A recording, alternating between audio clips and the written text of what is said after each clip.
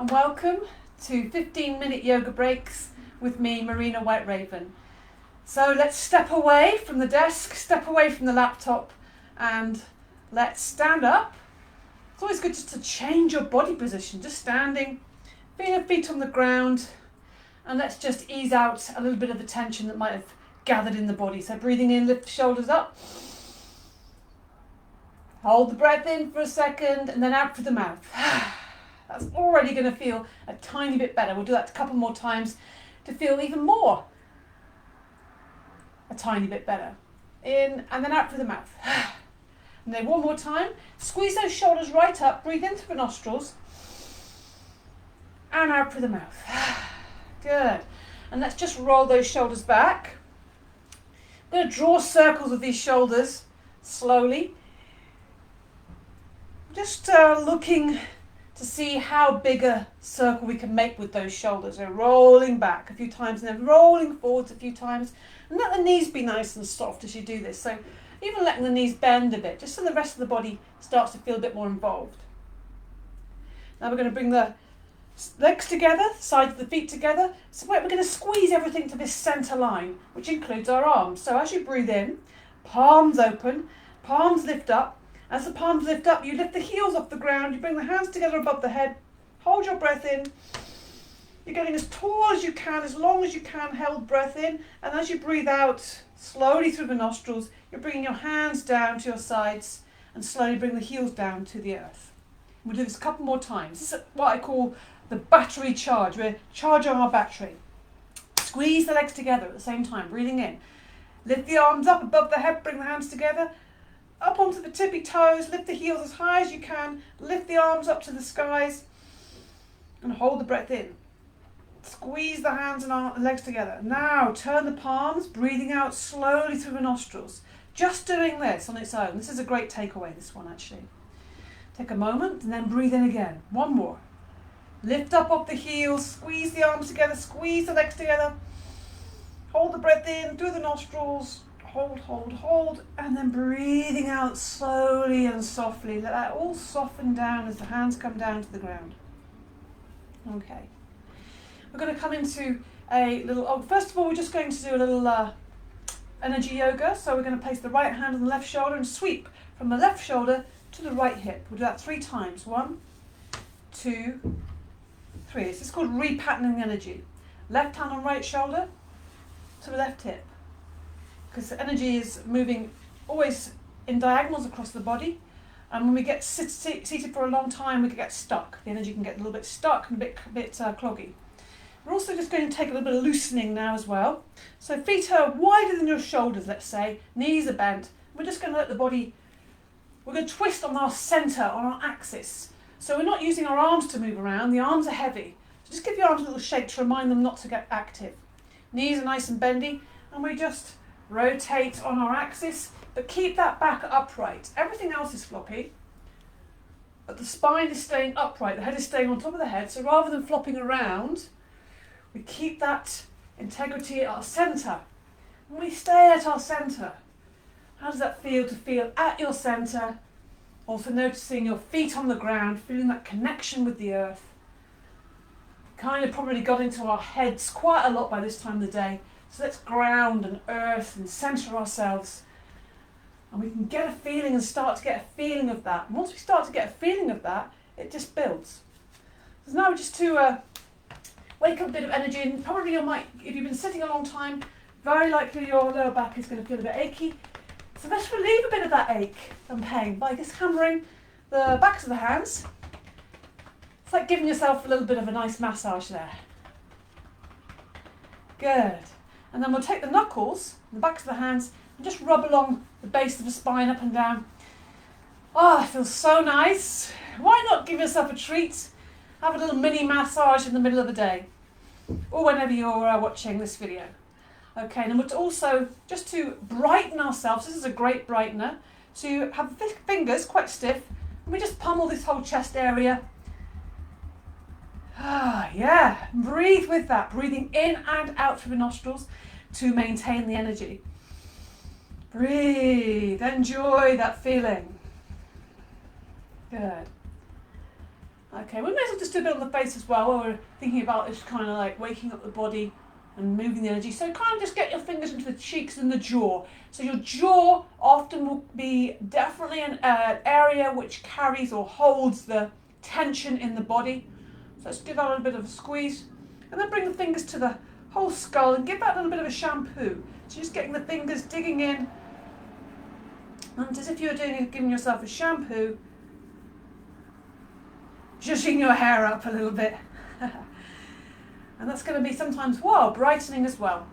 Okay, a little bit of another brightener. So knees again still bent, and also this is great for your shoulders. This is often the most tension gathering area. You just bring the hands in front and the back and just doing these little claps. This is also a nice little encouraging movement. Giving yourself a little round of applause, literally. Okay. So also again, this cross motion, lift the left knee and meet it with the right hand. We're going to do this little mini cross crawl. These cross motions,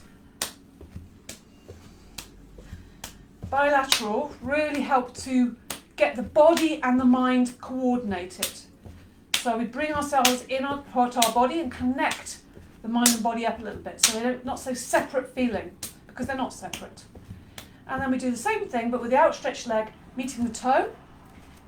Give the legs a little bit of a stretch, as well as this kind of mental, physical part of this. It's also great to warm up, get the energy moving in the body. Movement is everything. Good, and we take the leg out to the side. When we take the left leg out to the side, we bring the opposite arm, so it's always opposites, goes over the head. So we get this lovely opening in the side of the body. Breathe.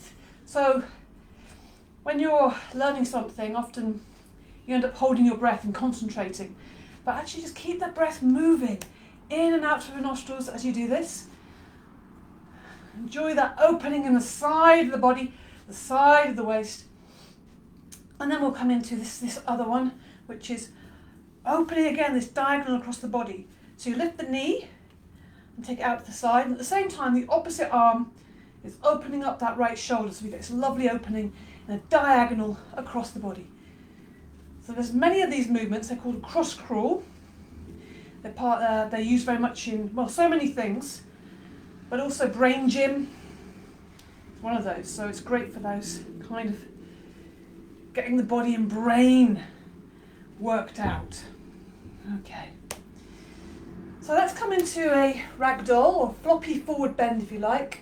Ragdoll's a great name for this because everything just kind of completely collapses, but in a good supported way.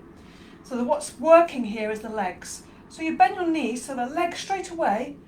When you bend your knees, you feel, my thighs are working, and you feel your feet on the ground. So you've got a stable base, so it means the top of the body can completely let go. So you bring the chin to the chest, allow yourself to feel the weight of the head, or begin to. Maybe your hands on the thighs, sliding down those strong thighs, sliding down. Feel the shoulders hanging forward, feel the arms are hanging forward, feel the head is really heavy and pulling you down. And it's totally safe. Some people get very worried about their neck. It's a lot of weight for the neck. Well, it's a lot of weight for the neck to hold the head up. So this is a relief for the neck, for the upper spine. Let go from the waist up. Let it go falling forwards. You can either let the hands flop onto the ground. Some people like to hold the elbows. If it feels too much for you, you can even rest your elbows on your knees. Because if you're not used to this, and there's a lot of weight falling forwards, it could be uncomfortable. So choose which one of those you want. And just to encourage that neck to relax, because sometimes you might be still looking at the screen, just turn the head side to side as if you were saying no. So just turning the head side to side. Don't forget to breathe. And in fact, we'll just come to a stillness now. Breathe into the nostrils. And this is where you can sigh out through the mouth to release. Find that release. Even make that sigh audible. Breathing in through the nostrils. Take your attention, so your mind, feel the base of the spine. Really feel and imagine that space. And then imagine it's being pulled. Imagine a little tug here at the base of the spine. Leave everything hanging and heavy. Leave the arms and the head. Keep the knees bent if you can. So using the power. And imagine that energy is travelling up through the spine, vertebrae by vertebrae, and imagine each of the vertebrae is getting more space between the previous ones. So we get lots of length as we come to standing again. Okay, so we're going to just find our chair now. We're going to try a downward dog. So normally we do downward dog on a mat, and we have to have our hands and feet on the ground. So this is the same thing, but we don't have to come onto the ground. So we don't need to get a mat, we don't need to change our clothes, we can do this any old how. So you need to make sure your chair is stable, and you take your hands around it. You can also put your arms on a table as well as the chair. Take your feet quite far away so that you can straighten the whole of your back from your fingertips to your base of your spine. You want to make that straight, if you like. So it's as if you had, someone's pulling you back here by your hips. Your legs are straight-ish, so it's not locked knees. The knees are lifting, the thighs are active. So it's a soft knee, but it's not bent, so there's a difference there. And then just drop the head down, and you get a lovely stretch in the back of the shoulders. Breathe in. Keep the tummy tucked in, so that you can feel, when you're breathing in the belly here, and mostly we breathe in the belly in yoga, but this is where you're going to breathe into the chest, so you keep the tummy tucked in, so it makes it more possible for your waist to lengthen here. And the lower back gets a lovely bit of lengthening as well. So giving the body some space. Breathe in through the nostrils, breathe out through the nostrils. And then just walk the feet towards the chair and come back to standing. Good. Okay. So we're going to move and breathe. Again, this is a great combination because the breath is what the body understands. So feet are parallel and they're placed beneath so the ankles and knees and hips are all in alignment, if you like. And they're parallel to each other. So you've got a nice steady base. Knees are quite soft, so not locked back. If that's a habit of yours, best to unlearn that habit. And we're going to move the arms and with the breath. So again, similar to the beginning, but we're going to keep moving. You open the hands up. As you breathe in, you lift the hands up. We lift the heels off the ground, we bring the hands together above the head, then we turn the palms and we breathe out through the nostrils and come back down. So this is moving and breathing. This is a great, again, I'm giving you lots of takeaways. This is a great standalone practice. Do this at the beginning of the day and your day will be better. It might be only a tiny bit better, but that tiny bit can have a knock-on effect. We know that. Breathing in, open the palms up. It's like you're gathering up the energy and the breath, reach up, and then you turn the palms and they're coming back down to the earth. Feeling the heels come back down to the earth. Keep the breath in the nostrils, breathing in all the way up. You might be moving a bit slower or a bit faster than me, and that's fine. But the dictating factor is your breath. Your breath is dictating the speed of the movement. But it's more important that it's steady and even. So we want to try and train our breath to be steady and even. Because most of us, me included, are either not breathing, so you're breathing in and then holding it in all day, or breathing very shallowly and shortly. So it's almost like, you're breathing right up in your chest rather than letting the belly expand. So come up one more time, breathing in. Turn the palms, breathing out. Okay. Let's come into a palm tree. So we're going to get a bit more stretch in the sides. This is often when I've been sitting a long time, the sides of the body can get a little bit sticky. So again, just check your feet. Another good top tip, I'm giving you lots of top tips to take away. When you're getting very busy in your head, take your attention to your feet. Just feel your feet and make it even more strong by looking at them. Lift the toes, place them down, and lift the heels and place them down. Just try that every now and again. Put your feet on the ground, feel your feet. Okay. Yeah, have a little bit of time to feel your feet. Okay. So we're going to do a little bit of a side stretch. So you bring your arms up above the head, extend the fingers up to the ceiling. Now you're not just stretching up, but you're pushing your feet into the ground. So breathing in. And as you breathe out, you're going to lean over to the left. This is a palm tree. So you know how those palm trees are? They're really sturdy trunks. Breathing in, stretching up. Breathing out, leaning over to the right now. But they're very pliable. And this is what we get from our yoga practice. We become much more pliable, much more fluid, much more strong and resilient. So we can take the storms. We might bend, but we will not break. So we have a steady center.